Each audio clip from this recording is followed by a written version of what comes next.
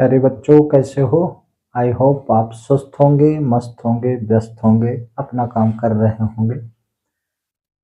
तो कक्षा 10वीं में मैं आज आपके सामने रख रहा हूँ नया अध्याय, नई टॉपिक, और बड़ी इंटरेस्टिंग है। मैं आपको बता दूं, परीक्षा की दृष्टि से भी इसमें दो चार बातें हैं जो बहुत इम्पोर्टेंट है। लेकिन अभी मैं बात कर रहा हूँ त्रिभुज की। अध्याय 6 में आपके त्रिभुज है प्रश्नावली 6.1। जैसे मैं अक्सर कहता हूँ, सबसे ज्यादा इम्पोर्टेंट है गणित में। गणित में इम्पोर्टेंट है, किसी भी टॉपिक को आप लेकर चलेंगे तो उसकी बेसिक आधारभूत चीजों का पता होना चाहिए। और मैं किसी नए टॉपिक को लेकर चलता हूँ, चाहे 10वीं का हो, चाहे 8वीं का हो, जिस क्लास का हो, तो पहले मैं ऐसा समझता हूँ कि आपको पुरानी चीजें, बेसिक चीजें आनी ही चाहिए। तो चूंकि त्रिभुज की बात है, आप त्रिभुज के बारे में जानते होंगे।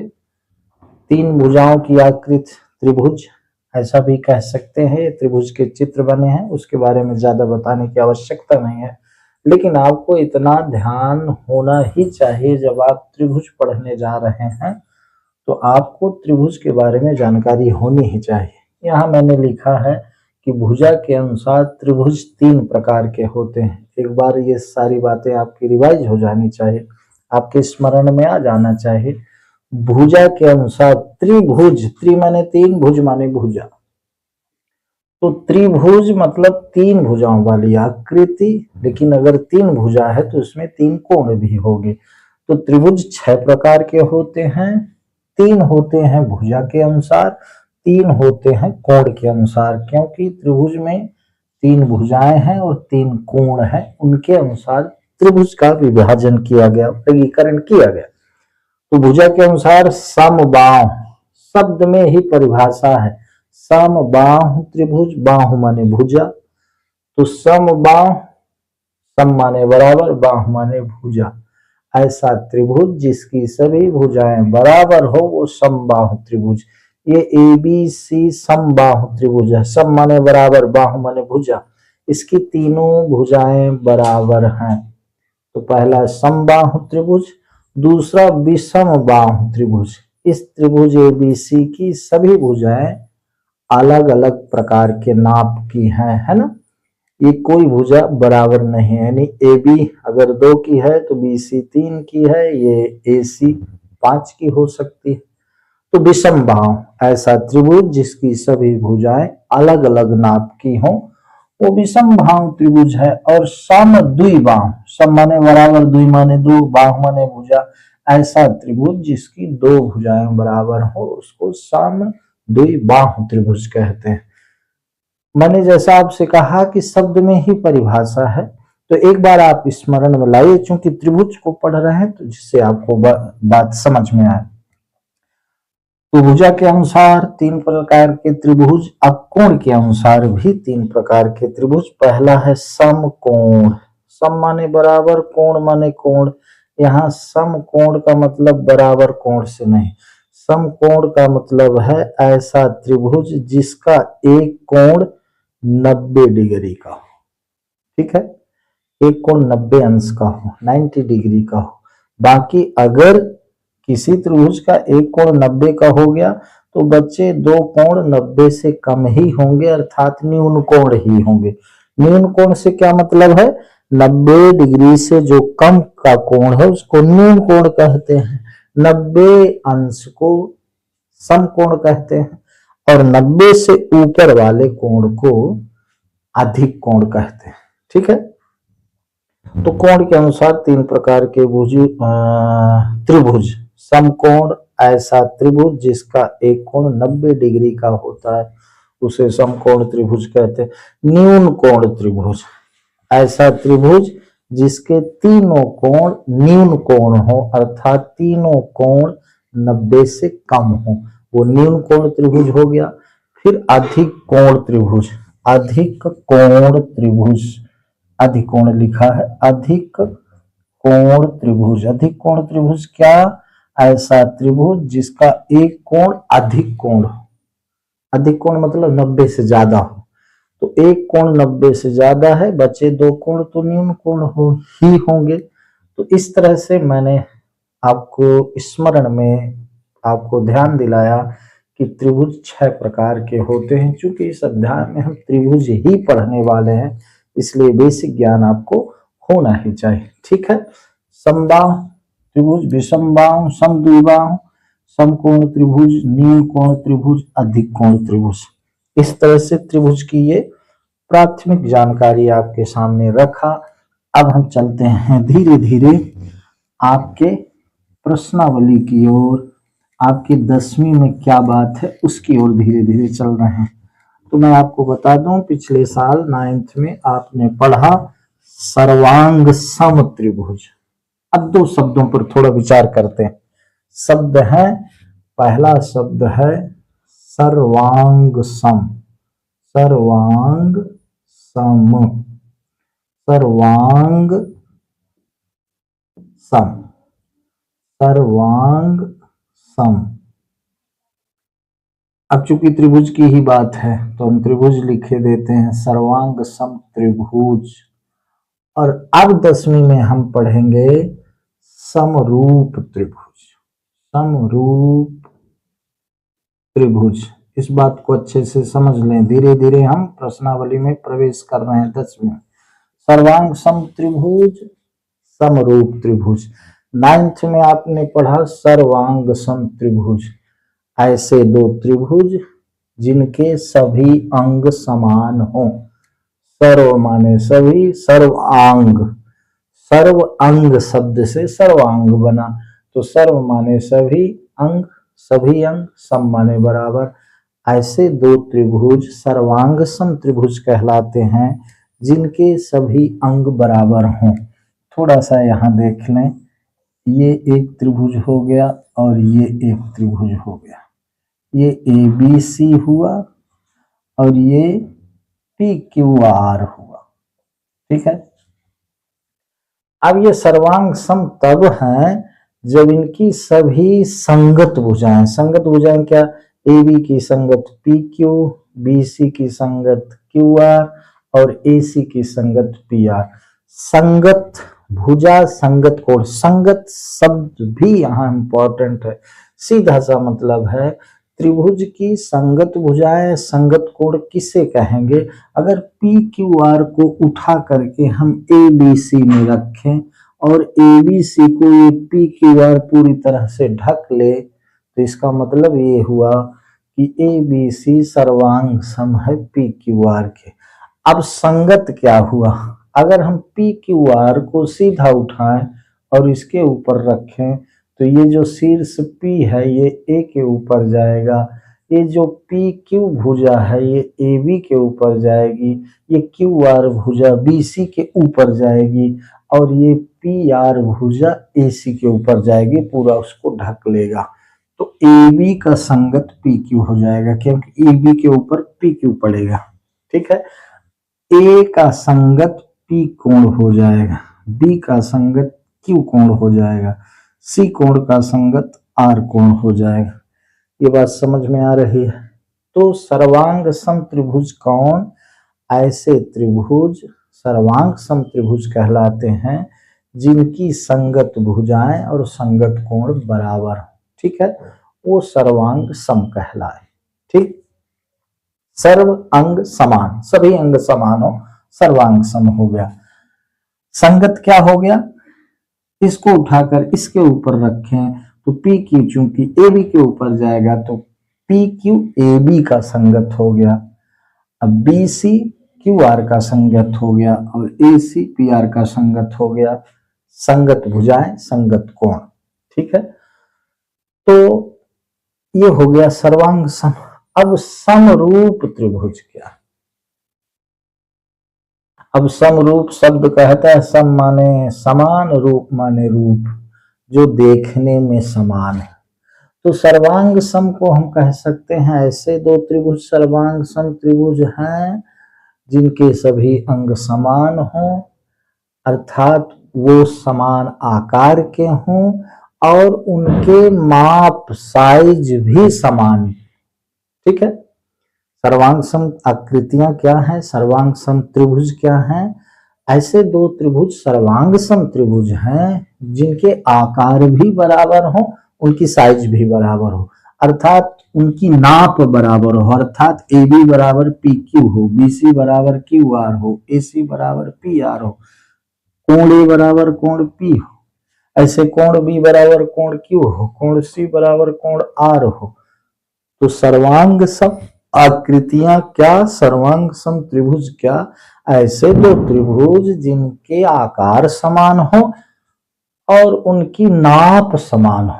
तो नाप में क्या, त्रिभुज की भुजा और कोण ही नापे जाएंगे, ये हो गया। समरूप क्या है, समरूप में आकार समान दिखाई देंगे लेकिन नाप समान नहीं होगी, रूप समान होगा। ठीक है, जैसे इससे आपको समझिए, मैं आपको क्या समझा रहा हूं, समरूप समान रूप। जैसे अगर ये वृत्त है और ये वृत्त है, तो ये वृत्तों का रूप समान है मेरे भाई, लेकिन इनकी नाप समान नहीं। समरूप, रूप एक ही रूप के हैं दोनों, ठीक है, लेकिन साइज अलग अलग है, ये छोटा है ये बड़ा है, लेकिन रूप दोनों का समान है।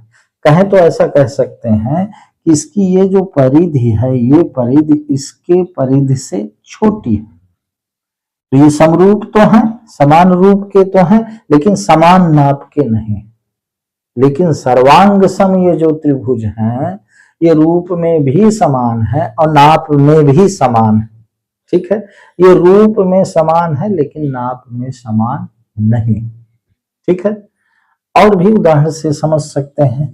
अगर हम ये वर्ग बनाए, एक वर्ग ये है, अब देख लें एक वर्ग ये है।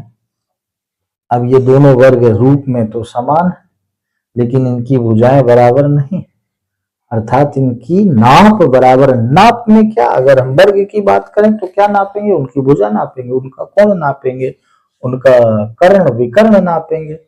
ठीक है, तो समरूप त्रिभुज। अब हम थोड़ा विषय में प्रवेश कर रहे हैं, थोड़ा विषय में प्रवेश आपके प्रश्न बल की ओर जा रहे हैं। समरूप त्रिभुज वो त्रिभुज हैं जिनके रूप समान हो लेकिन नाप उनकी अलग अलग हो।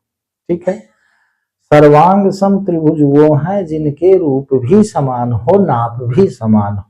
ठीक है, जैसे अभी मैं बात कर रहा था समबाहु त्रिभुज के, ऐसा त्रिभुज जिसकी सभी भुजाएं बराबर हैं। अब देख लें, ये दो त्रिभुज हैं, ये त्रिभुज रूप में एक तरह है लेकिन इनकी भुजाएं छोटी बड़ी। ठीक है, तो ये है तो समरूप।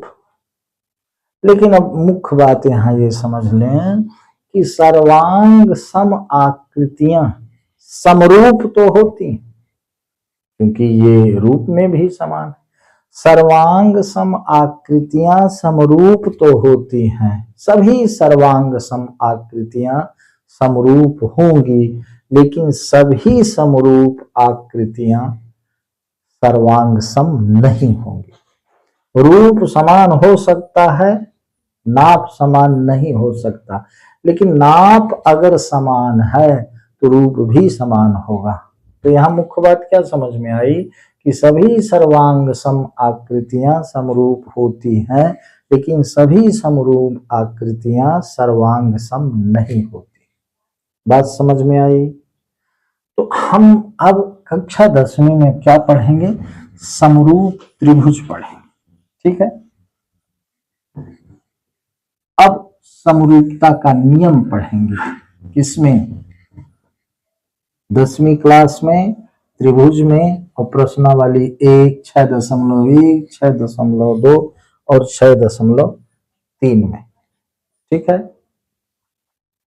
अब आप देख लें, प्रश्नावली में हम जाते हैं सीधे। तो एक बात और यहां ये भी समझ लेनी चाहिए कि दो समान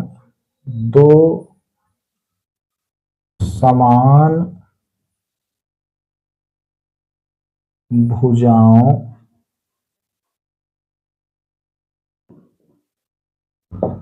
समान भुजाओं वाले का मतलब है कि दो भुजा वाला, तीन भुजा वाला, तीन, चूंकि बहुभुज तीन भुजा से शुरू होता, 3 भुजा वाला, 4 भुजा वाला, 8 भुजा वाला, 2 समान भुजाओं की आकृतियां या कि बहुभुज आकृतियां समरूप होंगी, समरूप होंगी यदि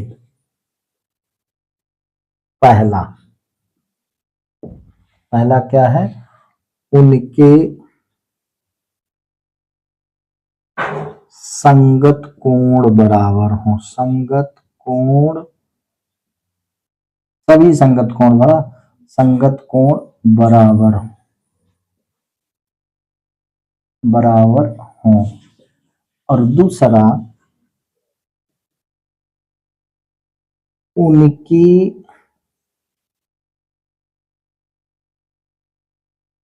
भुजाएं समान अनुपात में हो या कि भुजाओं का अनुपात समान में हो। इस बात को थोड़ा सा समझ लिए, इसके बाद एक्सरसाइज में चलते हैं। 2 बहुभुज, 2 आकृतियां, 2 त्रिभुज, त्रिभुज भी एक बहुभुज ही है, तो 2 त्रिभुज समरूप होंगे यदि उनके संगत कोण बराबर है। ठीक है, पहला उनके संगत कोण बराबर होने चाहिए, दूसरा उनकी भुजाओं का समान अनुपात होना चाहिए। अब देख लें, ये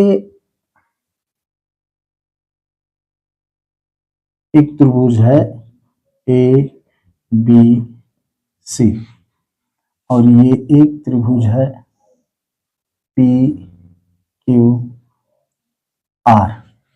तो इनकी सभी भुजाएं 2-2 सेंटीमीटर की हैं, इनकी सभी भुजाएं 4-4 सेंटीमीटर की हैं, ऐसा मान लेते हैं। सेंटीमीटर है ये। ठीक है, अब देखो, इसके ये कोण 60 के हैं, सभी कोण 60 डिग्री के हैं, इसके भी सभी कोण 60 डिग्री के हैं। ठीक है,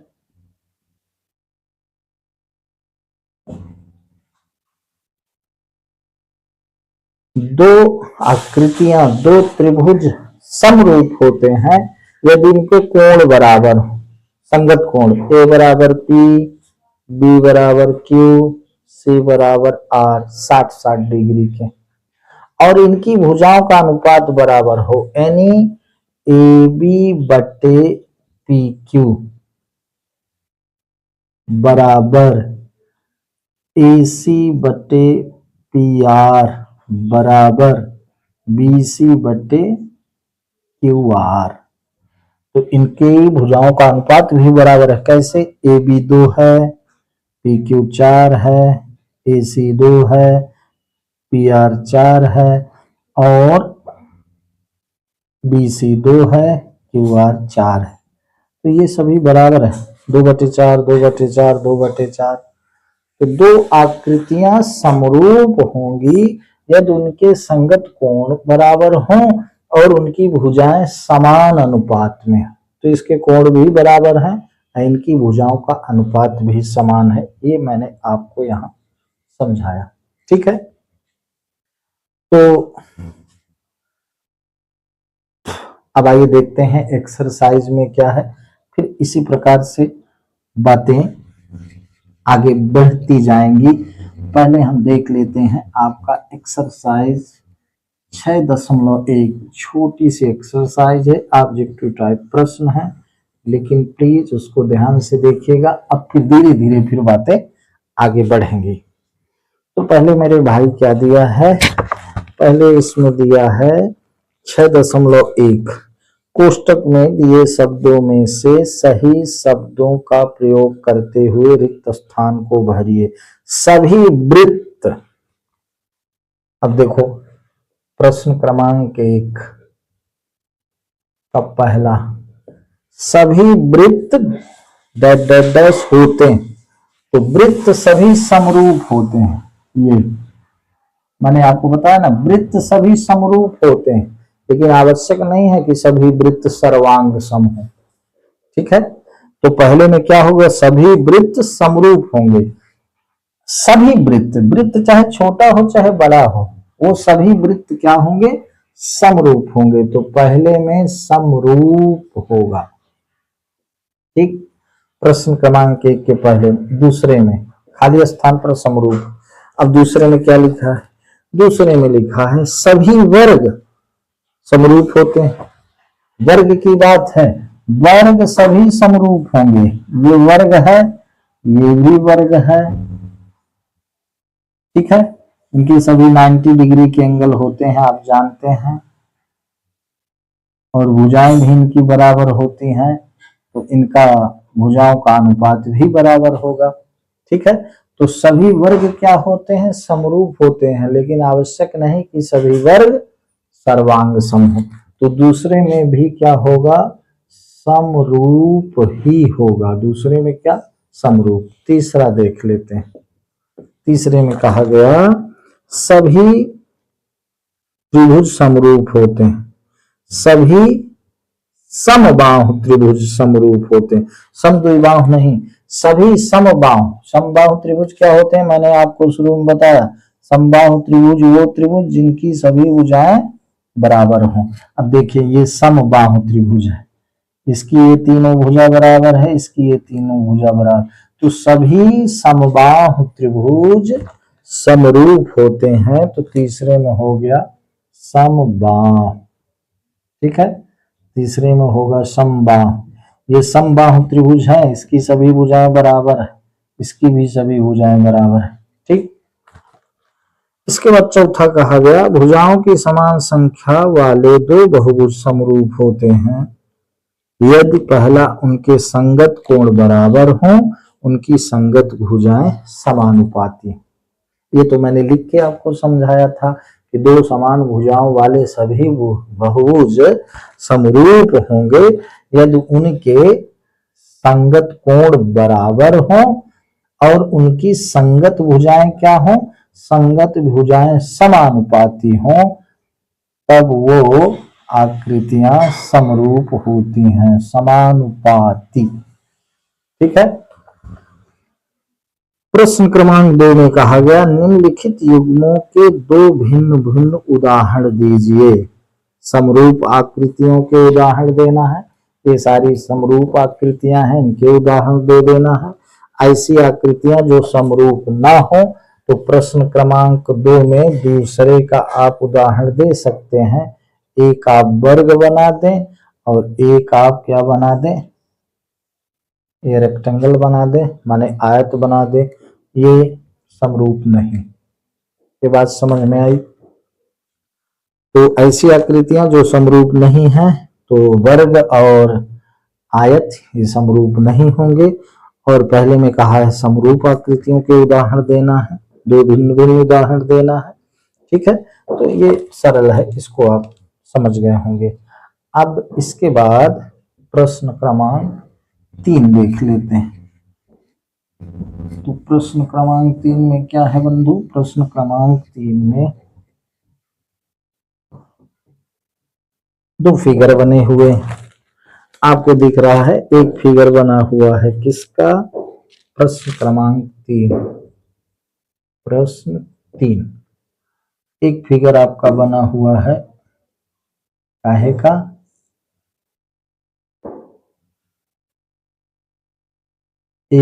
इसमें क्या लिखा है, PQRS,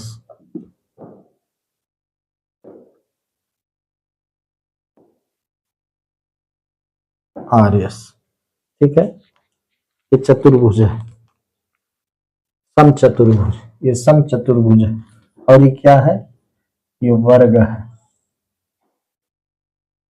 यहाँ ये वर्ग बना हुआ है, ABCD, ABCD, ये वर्ग बना हुआ। ये चिन्ह आप जानते हैं, 90 डिग्री 90 डिग्री का चिन्ह होता है, ठीक है। अब इसमें सब में दिया है 1.5, यहाँ 1.5 सेंटीमीटर, 1.5 सेंटीमीटर, 1.5 सेंटीमीटर, और सब में दिया है 3 सेंटीमीटर, 3 ये दिया। अब ये चीज याद हो जानी चाहिए क्या, हमने कहा था दो समान भुजाओं वाली आकृतियां समरूप होंगी। ये समान भुजाओं वाली आकृतियां हैं। समान भुजा मतलब नंबर ऑफ भुजा, इसमें 4 भुजा, इसमें भी 4 भुजा, इसको कहा गया समान भुजा। बराबर भुजा से तात्पर्य नहीं है, माने इसमें कितनी भुजा है, 4 भुजा है, इसमें भी 4 भुजा है। तो दो समान भुजाओं वाली आकृतियां समरूप होंगी अगर उनके संगत कोण बराबर। तो आप देख लें, ये कोण 90 डिग्री का नहीं है, इसके सारे कोण 90 डिग्री का है, तो एंगल P एंगल A के बराबर हो ही नहीं सकता, इसलिए ये समरूप नहीं होगा। जबकि इनकी भुजाओं का अनुपात बराबर है, जैसे PS बटे ये 3, कोई भुजा ले लें सभी भुजा बराबर, इसकी कोई भुजा ले लें सभी भुजाएं बराबर हैं। तो सभी भुजाओं का जो यहाँ अनुपात आएगा, सभी भुजाओं का अनुपात यानी PS बटे AD बराबर PQ बटे AB बराबर QR बटे BC बराबर RS बटे CD, क्योंकि सभी का ये 1.5/3 है, सभी 1.5/3 है, सभी 1.5/3 है। लेकिन ये समरूप क्यों नहीं है, क्योंकि इसके कोण बराबर नहीं। ये 90 डिग्री का है, ये 90 डिग्री से कम का दिख रहा है, ये 90 डिग्री से ज्यादा का दिख रहा है, इसलिए ये समरूप नहीं होंगे। ये समरूप तब होंगे, दो आकृतियां समरूप तब होंगी, दो बहुभुज समरूप तब होंगे, दो त्रिभुज समरूप तब होंगे जब उनके सभी संगत कोण बराबर होंगे और संगत भुजाओं का अनुपात भी समान होगा, अर्थात संगत भुजाएं समानुपाती होंगी, तब वो बराबर होंगे। ठीक है, तो इस तरह से प्रश्नावली 6.1 में बिल्कुल कुछ नहीं था, सरल था। ठीक है, तो ये समरूप नहीं है, इसमें नहीं लिख देना, मैंने आपको समझाने का प्रयास किया। अब आगे चलते हैं। अब एक प्रमेय, आप इसको पूरा देखिएगा प्लीज। एक प्रमेय जो आपके परीक्षा की दृष्टि से बहुत इंपॉर्टेंट है, वो प्रमेय मैं आपको समझा रहा हूं। ठीक है, क्योंकि त्रिभुजों की समरूपता के नियम हो गए, और त्रिभुजों की समरूपता के नियम हमने बताया, जो त्रिभुज समरूप होते हैं, यहाँ लिखा है उनके संगत कोण बराबर हो, उनकी संगत भुजाएं एक ही अनुपात में हो, अर्थात संगत भुजाएं समानुपाती हो। ठीक है, अब ये 6.1 प्रमेय है, ज्यादातर परीक्षा में ये कहलाती है आधारभूत समानुपातिकता प्रमेय, जो आपकी परीक्षा में ज्यादा आती है। प्लीज इसे ध्यान से देखिएगा। ठीक है, मैं आधारभूत अनुपातिकता प्रमेय आपको सिद्ध करना समझा रहा हूं। क्या है प्रमेय? आधारभूत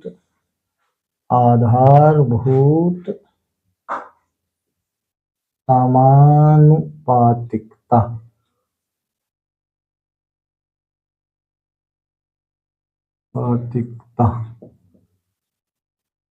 प्रमेय।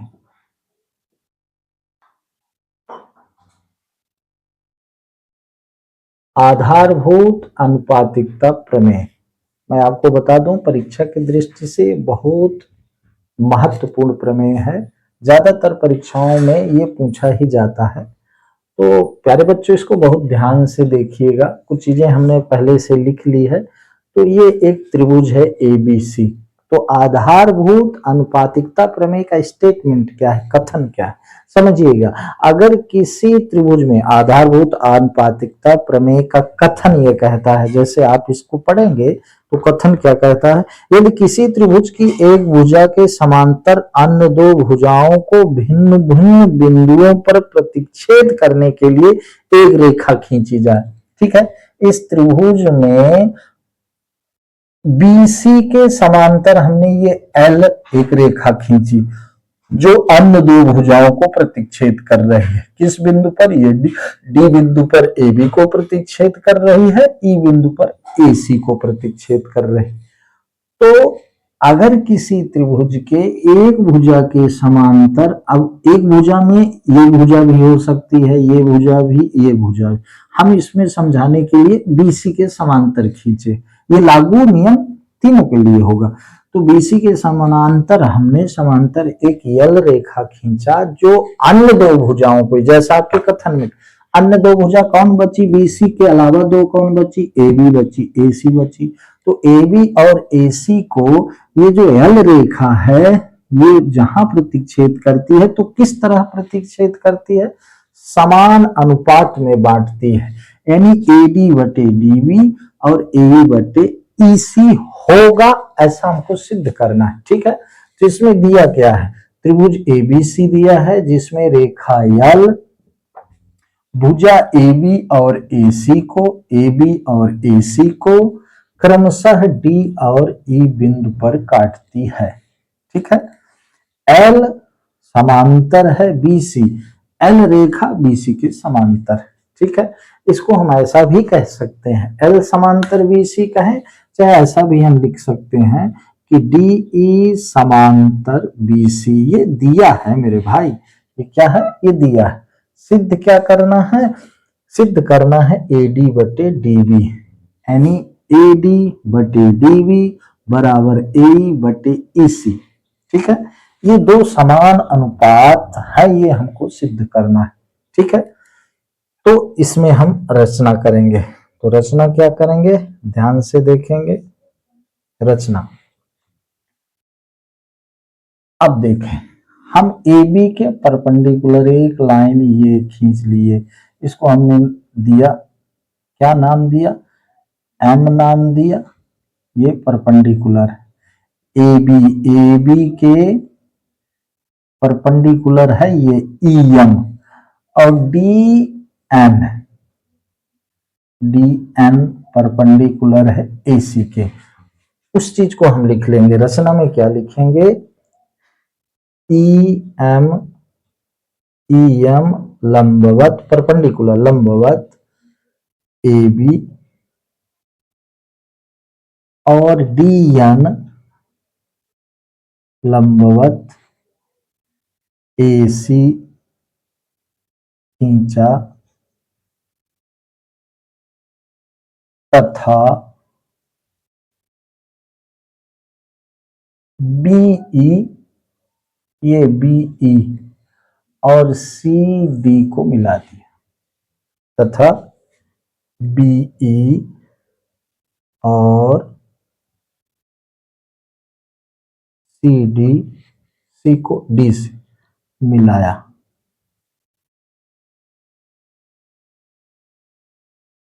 अब उपपत्ति, अब हम सिद्ध करेंगे उपपत्ति यानी हम सिद्ध करेंगे। अब हम प्रमाण देंगे, कैसे, अब यहां एक चीज समझिएगा,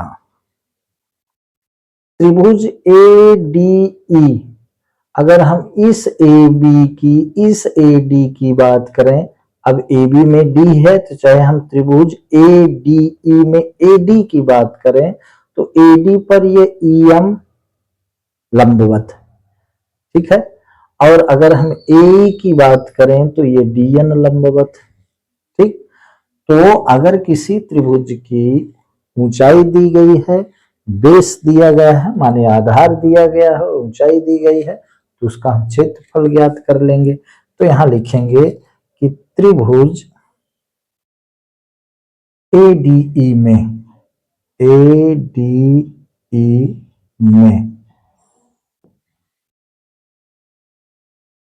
त्रिभुज का क्षेत्रफल, त्रिभुज का क्षेत्रफल को हम एरिया त्रिभुज एडीई क्षेत्रफल बराबर, ये ए आर फिर ब्रैकेट में ए डी लिखा है, इसका मतलब है त्रिभुज एडी का क्षेत्रफल, एरिया माने क्षेत्रफल होता है, आपके पुस्तक में भी लिखा है, तो एरिया ऑफ एडीई यानी त्रिभुज एडीई का क्षेत्रफल बराबर होता है 1/2 आधार गुणे ऊंचाई होता है।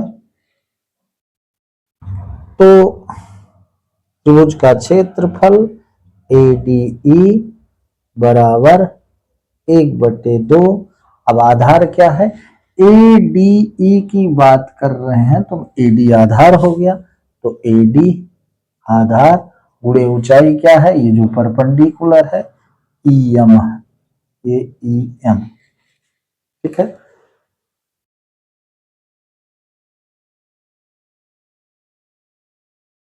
तो इसको हम मान लेते हैं पहला समीकरण। इसी प्रकार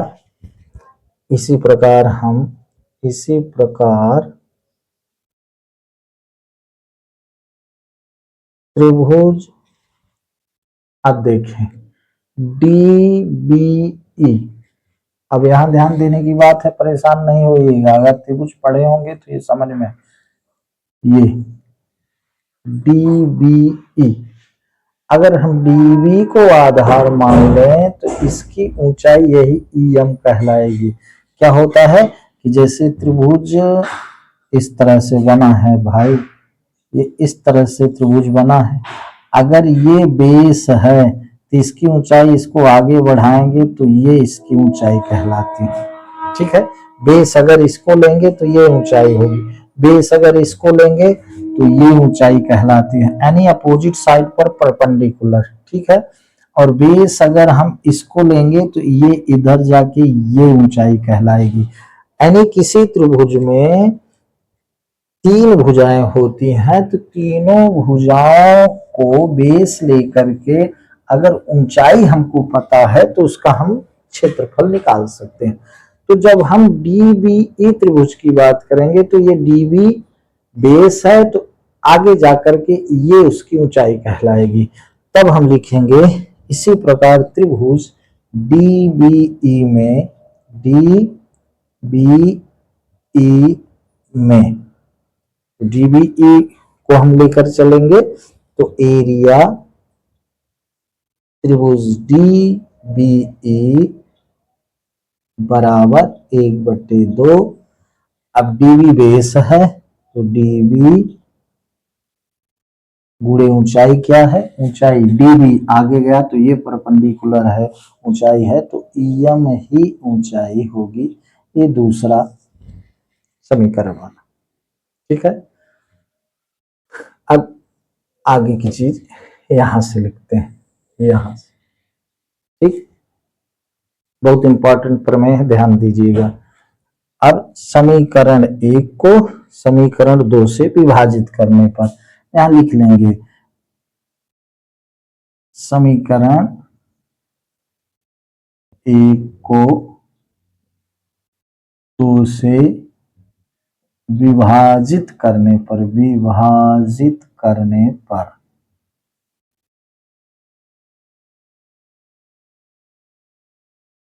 पर, तो एक क्या है, एरिया त्रिभुज ADE, ये ADE बराबर 1/2, AD आधार है, ऊंचाई EM है, उसी तरह बटे एरिया DBE और ये बराबर में 1/2, यहां बराबर हो गया। यानी कि इस पक्ष को इस पक्ष से डिवाइड करेंगे, इस पक्ष को इस पक्ष से डिवाइड करेंगे, तो ये हो गया 1/2 DB गुणे आधार गुणे ऊंचाई, तो ऊंचाई EM ही है। तो अब यहां देख ले 1/2 से 1/2 कट गया, EM से EM कट गया, तो बचा क्या, एरिया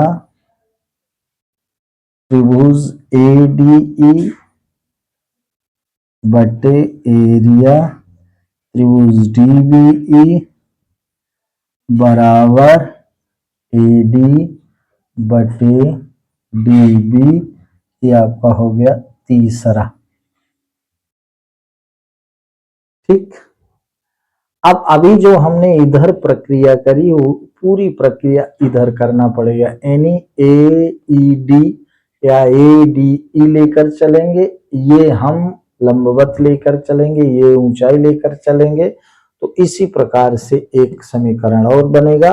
तो इसी प्रकार अब अगर आप इसको समझ गए हैं तो उसको भी समझ जाएंगे। इसी प्रकार एरिया, ADE,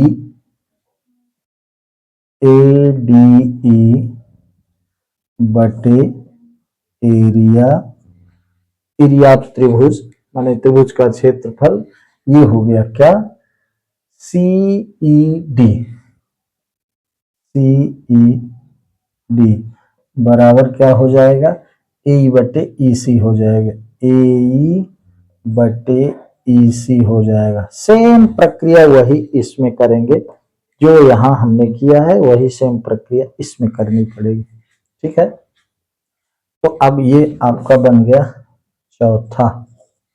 ठीक, अब देखें ADE, ADE दोनों में है, इसमें DBE है, इसमें ECD है, DBE और लिखा है CED। अब थोड़ा सा 9th क्लास में जाएं तो वहां पहले तो प्लीज मैं ये बता रहा हूं कि इस वीडियो को इतना रोककर आप लिख लेंगे, क्योंकि हमको मिटाना पड़ेगा आगे समझाने के लिए, तो इसको अगर आप लिख लेंगे तो आगे की चीज फिर इसको रोक कर इतने पर आप लिख लीजिएगा। अब हमको यहाँ मिटाना पड़ रहा है, ठीक है, आगे की चीजें लिखने के लिए।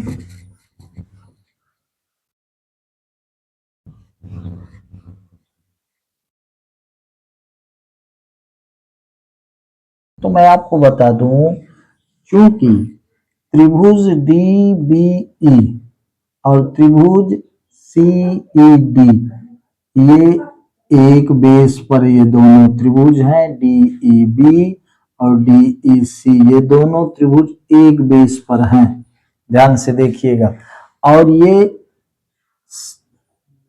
समांतर रेखा में फैले भी हुए हैं, यानी कि दो समांतर रेखा के बीच ये दोनों त्रिभुज फैले हुए हैं। कौन, DBE और DEC, ये लिखा है DBE और DEC का है चाहे CED का है।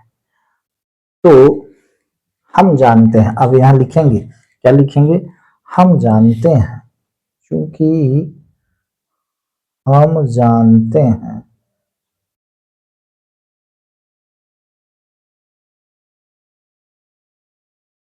जानते हैं कि एक ही आधार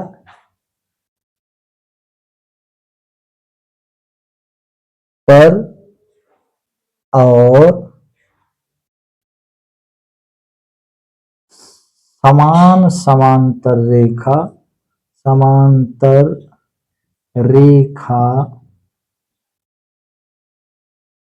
पर बने हुए त्रिभुज के क्षेत्रफल बराबर होते हैं। 9th में पढ़ा होगा, त्रिभुज के क्षेत्रफल बराबर होते हैं, क्या होते हैं, बराबर होते हैं। अतः क्या, अतः एरिया DBE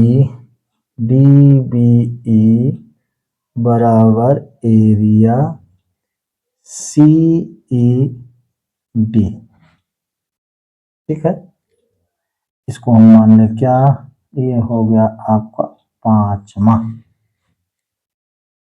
तो तीसरा, चौथा और 5वां से ये जो चीज है इसके बराबर होगी, इसलिए ये इसके बराबर। अब ये चीज इसके बराबर मैंने सरलता, ADE की एरिया AD की एरिया ये बराबर है, DBE CED ये बराबर है, इसका मतलब ये इसके बराबर हो गया। अतः पुनः लिखें, अतः 3, 4 और 5 से AD बराबर AD बटे DB बराबर AE बटे EC, सिद्ध हुआ, ये सिद्ध हुआ। बहुत इंपॉर्टेंट प्रश्न है। अब आप समझ गए होंगे, इधर ADE की एरिया, इधर भी ADE की एरिया, और DBE CED के बराबर हो गया। इसका मतलब ये इसके बराबर है तो ये भी तो इसके बराबर होगा, क्योंकि इसके बराबर ये है, इसके बराबर ये है। जब ये दोनों बराबर हैं तो इसके बराबर ये हो गया, इसीलिए इतना भर आप लिख देंगे। अतः 3, 4 और 5 से AD बराबर DB, AD बटे DB बराबर AE बटे EC, ये जो हमें सिद्ध करना था पहले लिखे हैं बस। तो ये आधारभूत अनुपातिकता प्रमेय हुई। थोड़ा सा हो सकता है इसमें बीच में हमको मिटाना पड़ा क्योंकि स्थान की कमी थी, लेकिन मुझे पूरी आशा है आपको समझ में आई होगी। अगर नहीं समझ में आई तो प्लीज़, ऐसा हो नहीं सकता, आप कमेंट्स बॉक्स में ज़रूर लिखिएगा, हमें बताइएगा अपना विचार। तो आज बस इतना ही। प्लीज़ मेरे गणित के channel you can do maths को लाइक करें, सब्सक्राइब करें। इसके आगे मैं और प्रश्न रखूँगा। अगले वीडियो में हम पहुंचेंगे 6.2 में। बड़े इंटरेस्टिंग प्रश्न है, एक एक प्रश्न बनाएंगे, छोटे छोटे वीडियो। तो आज बस इतना ही, धन्यवाद।